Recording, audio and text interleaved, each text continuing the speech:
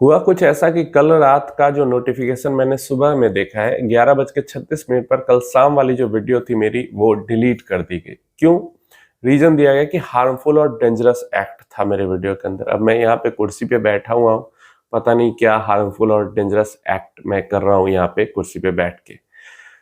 ये हो सकता है कि सेबी के रेगुलेशंस के कारण कई सारे क्रिएटर्स के साथ हो रहा है कि नॉर्मल वीडियो भी उनका डिलीट कर दिया जा रहा है। आई थिंक यूट्यूब वीडियो को देखता नहीं है, बस ऑटोमेटेड कुछ सिस्टम है यूट्यूब का जो कि वीडियो को डिलीट कर देता है। क्योंकि कोई भी मेरी वीडियो को उठाकर देखो, ना तो वहां पे गारंटेड रिटर्न की बात होती है, ना तो वहां पे गेट क्विक रिच स्कीम की बात होती है। 10 साल से नीचे की तो मैं बात ही नहीं करता।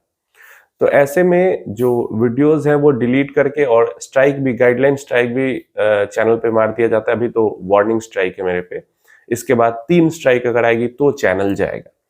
तो ऐसे में उस वीडियो को मैंने एक्स्ट्रा, सिर्फ एक्स्ट्रा चैनल है वहां पे भी अपलोड कर दिया है, और जो फेसबुक चैनल है, फेसबुक पेज है, वहां पे भी वीडियो अपलोडेड है। तो फेसबुक पेज के साथ कनेक्ट कर लेना, क्योंकि यूट्यूब पे तो किसी भी चैनल पे वो वीडियो डिलीट हो सकती है, फिर चैनल भी डिलीट हो सकता है। जहां तक रही रेवेन्यू की बात, पैसों की बात, तो फेसबुक पे पैसे लगभग 9 के बराबर बनते हैं। मतलब मान लो अगर यूट्यूब पे 100 रुपया बन रहा है सेम व्यूज का, तो उतने ही सेम व्यूज का फेसबुक पे 1 रुपया बनता है। लेकिन बात यह है कि इंफॉर्मेशन जरूरी है, अपडेट रहना जरूरी है। कोई दिक्कत हो रही है, क्वेश्चन क्वेरी, कुछ भी परेशानी है, वो जरूरी है क्लियर होना। और आदत हो गई वीडियो बनाने की, हेल्प करने की, तो जो पर्पस है वो यूट्यूब है या फेसबुक है, दोनों जगह पे सॉल्व हो सकता है। फेसबुक पे एक मैसेज का एक्स्ट्रा फीचर भी मिल जाता है। तो यहाँ पे मैंने इस वीडियो के कमेंट बॉक्स में फेसबुक पेज का लिंक पिन कर दिया है। अब आप सर्च करके भी कर सकते हो फेसबुक पे, लेकिन बहुत सारे fake Facebook page account create कर लिए गए हैं सिपवर्ड्स नाम से। इसलिए यूट्यूब चैनल पे जो लिंक है वहीं से जाना, या फिर जो डिस्क्रिप्शन बॉक्स में लिंक है वहीं से फेसबुक पे जाना, या फिर इस वीडियो के जो कमेंट बॉक्स में पिन किया हुआ है मैंने लिंक है, वहीं से जाके पेज को फॉलो कर लेना। फेक पेज पे जाओगे तो वहां पे आपको स्कैम करने की कोशिश की जाएगी। तो फेसबुक पे जरूर आ जाना, फॉलो कर लेना, मैसेज कर लेना, अगर कनेक्ट रहना चाहते हो तो, क्योंकि YouTube का कोई भरोसा नहीं कब डिलीट कर दे। इस वीडियो के अंदर हम ऐसे म्यूचुअल फंड स्कीम्स के बारे में बात कर रहे हैं जिन्होंने पिछले 3 सालों में 30% से ज्यादा का CAGR रिटर्न जनरेट करके दिया। मतलब पिछले 1 साल से लगभग रिटर्न नहीं बन रहा, अच्छा 6-7 महीने तो एकदम, मतलब 6-7 के 8-9 महीने में जीरो ही लगभग रिटर्न बने हैं। बट वैसी कंडीशन में भी ओवरऑल पिछले 3 साल का जो इन स्कीम्स का रिटर्न है वो 30% से ज्यादा है। और ये रीजन नहीं है कि 30% से ज्यादा रिटर्न है इसलिए मैं इन स्कीम्स के बारे में वीडियो बना रहा हूँ। रीजन ये है कि ये जो सारी स्कीम्स है वो आगे अगर 10 साल 15 साल के लिए इन्वेस्टमेंट करना हो तो उस होराइजन के लिए बहुत बढ़िया स्कीम्स हो जाती हैं। प्लस अभी से पीछे का जो 8 साल 10 साल का भी जो रिकॉर्ड है इनका, 5 साल से जो अवेलेबल है, 5 साल 8 साल 10 साल, उनका भी रिकॉर्ड, मतलब पीछे भी लॉन्ग टर्म में इनका परफॉर्मेंस काफी बढ़िया है, शॉर्ट टर्म में भी परफॉर्मेंस काफी बढ़िया है। आगे भी एक्सपेक्टेशन है कि ये स्कीम्स जो है, अगर मिनिमम 10 साल का, ऐसा नहीं कि 5 साल के लिए 4 साल के लिए इन्वेस्ट करना है तो इन स्कीम्स के अंदर इन्वेस्ट किया जा सकता है, नहीं। आगे 10 साल 15 साल के लिए इन्वेस्ट करना हो तो ये स्कीम्स काफी बढ़िया हो सकती है। आगे 3-4 साल में भी रिटर्न मिल सकता है अच्छा, लेकिन 3-4 साल का जो रिटर्न होता है ना वो लक पे डिपेंड करता है। बहुत अच्छा भी हो सकता है, बहुत खराब भी हो सकता है। लेकिन 10-15 साल का जो रिटर्न होता है वो लक पे डिपेंड नहीं करता, वो हमारे, मतलब जहां जिस भी कंट्री के अंदर हम इन्वेस्ट करते हैं उसकी इकोनॉमी पे डिपेंड करता है। क्योंकि अप डाउन साइकिल जो होते हैं वो 10-15 साल में 2-3 आके एवरेज अच्छा रिटर्न बन जाता है। तो अगर स्कीम्स की बात करते हैं तो हमारे पास सबसे पहले Motilal Oswal mid cap fund आ जाता है। और एक और रीजन है जिसके कारण मैं इन सब के बारे में वीडियो बना रहा हूं, उसके बारे में वीडियो में आगे बात करेंगे। वीडियो पूरा देखना, काफी अच्छी इंफॉर्मेशन मिलेगी। सबसे पहले Motilal Oswal mid cap fund की बात करते हैं तो पिछले 3 साल का जो इनका रिटर्न है वो ऑलमोस्ट 35% का है। बंधन स्मॉल कैप फंड का भी 35% का 3 साल का रिटर्न है। मोतीलाल का large and mid cap fund का 33% का रिटर्न है। IT स्मॉल कैप फंड का 32% का रिटर्न है। 3 साल में 32 नहीं, 3 साल में हर साल 30-30% का रिटर्न है, उसकी बात हम कर रहे हैं।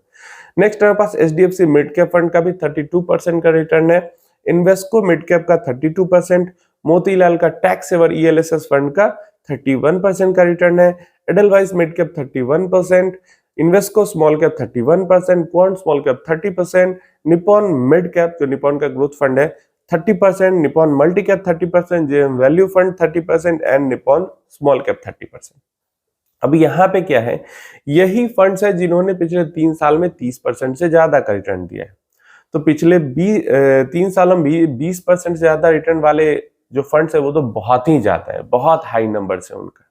और एक्चुअल में हमारी एक्सपेक्टेशन कितनी होती है, 15% की होती है। क्लियर है? तो ऐसे में इतना ज्यादा रिटर्न्स इन्होंने पिछले 3 साल में दिया है, फिर भी मेरे कमेंट बॉक्स में क्या आता है, खासकर मैं नाम लेकर बता रहा हूं, मेरे कमेंट बॉक्स में लोग क्या क्वेश्चन करते हैं, Motilal mid cap fund return नहीं दे रहा है, इसको एग्जिट कर दे, जबकि पिछले 3 साल में टॉप परफॉर्मिंग फंड है। निपॉन स्मॉल कैप फंड का जो AUM है वो बहुत बड़ा हो गया है, बहुत बड़ा, बहुत पैसा हो गया है इनके पास, क्या ये अच्छा रिटर्न्स दे पाएंगे, इनको एग्जिट कर दें। Quant small cap fund return नहीं दे पा रहा है, इसको एग्जिट कर दें। उसके अलावा बंधन स्मॉल कैप फंड पहले जैसा परफॉर्म नहीं कर रहा है, इसको एग्जिट कर दें। इसके अलावा large and mid cap fund के बारे में या मिड कैप फंड के बारे में, मतलब ये सब तो मुझे नाम एक्चुअल मेरे माइंड में है कि इतने कमेंट्स आते रहते हैं इन फंड्स के बारे में। अब देखो ये सब के सब टॉप परफॉर्मिंग फंड है, फिर भी जब 3 महीने या 6 महीने ये फंड्स परफॉर्म नहीं करते हैं तो आप इनको एग्जिट करने के बारे में सोचने लगते हो। जबकि हमेशा कहीं भी आप देखोगे कम से कम 2 से 3 साल तो आपको किसी फंड के लिए वेट करना चाहिए कि क्या वो आपकी एक्सपेक्टेशन को बीट कर पाती है, आपकी जो एक्सपेक्टेशन है उसको बीट कर पाती है, मतलब उससे बेहतर कर पाती है या नहीं। क्योंकि 1 साल 2 साल का जो साइकिल है वो हर फंड का आता है, जैसे मोतीलाल है या HDFC है या निपॉन है या क्वांट है। एक निपॉन ही मैं देख रहा हूं जो कि लगातार चलता जा रहा है, पिछले 5 सालों में मैंने नहीं देखा कि निपॉन डाउन साइकिल में गया हो, निपॉन का स्मॉल कैप फंड। नहीं तो मोतीलाल, क्वांट, बंधन, एक्सिस, HDFC, SBI सब का मैंने देखा है कि सब अप साइकिल डाउन साइकिल में आते जाते रहते हैं, लेकिन मैंने निपॉन के स्मॉल कैप को बस साइकिल में जाते हुए नहीं देखा। इसका हमेशा थोड़ा बहुत ऊपर नीचे होता है, एक्चुअल साइकिल में फंड नहीं जाता है। तो इसलिए मैं कहता हूं कि टॉप परफॉर्मिंग फंड भी रहता है, वो भी शॉर्ट टर्म में 1-2 क्वार्टर में अंडर परफॉर्म कर सकता है। तो इसको लेके आपको परेशान नहीं होना चाहिए और हमेशा अपनी एक्सपेक्टेशन पे ध्यान देना चाहिए। लार्ज कैप के लिए 12-14%, मिड स्मॉल के लिए 16-17-18% तक, बस इसके ऊपर ध्यान रखना चाहिए।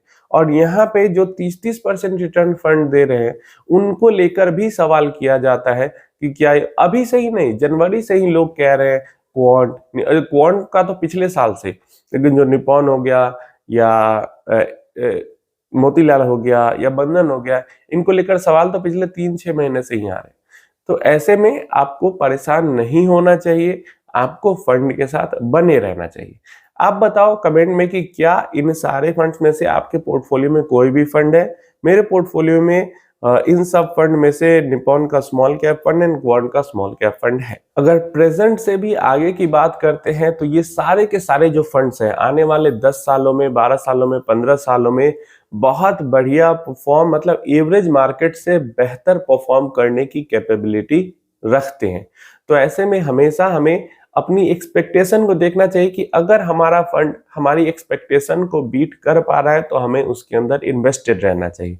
और एक सिनेरियो ये भी आता है कि अभी 1 लाख, 2 लाख, 5 लाख रुपए इन्वेस्टेड है तो आपको उतना फर्क नहीं पड़ता है, लेकिन 1 करोड़, 2 करोड़, 5 करोड़ रुपए जब स्कीम के अंदर इन्वेस्टेड रहेंगे तो आप इतनी फ्रीक्वेंटली और इतनी जल्दी स्कीम को चेंज नहीं कर पाओगे, क्योंकि वहां पे आपके ऊपर टैक्स की लायबिलिटी बहुत ज्यादा आ जाती है। और एक बड़ा केस सिनेरियो ये भी रहता है कि अभी हम चेंज करके दूसरे फंड में जाएंगे और वो भी अगर सेम सिचुएशन में आ गया तो क्या हम हर 1 साल 2 साल पे फंड ही चेंज करते रहेंगे? तो इसलिए आपको एक अपनी एक्सपेक्टेशन सेट करनी चाहिए और उससे ऊपर फंड अगर रिटर्न दे रहा है तो आपको इन्वेस्टेड रहना चाहिए, क्योंकि कम पैसों में बार बार स्विच करना, इधर उधर जंप करना उतना दिक्कत नहीं होता, लेकिन पैसे जब करोड़ में जाएंगे तो आप स्विच भी नहीं कर पाओगे और अगले फंड का भरोसा भी नहीं रहता। किसी फंड का भरोसा नहीं है ना कब से वो अंडर परफॉर्म करना शुरू कर दे और टैक्स भरते ही रह जाओगे। तो अपनी एक्सपेक्टेशन को एक सेट करें और उससे ऊपर अगर फंड अच्छा कर रहा है तो बस टेंशन फ्री होके इन्वेस्टेड रहे।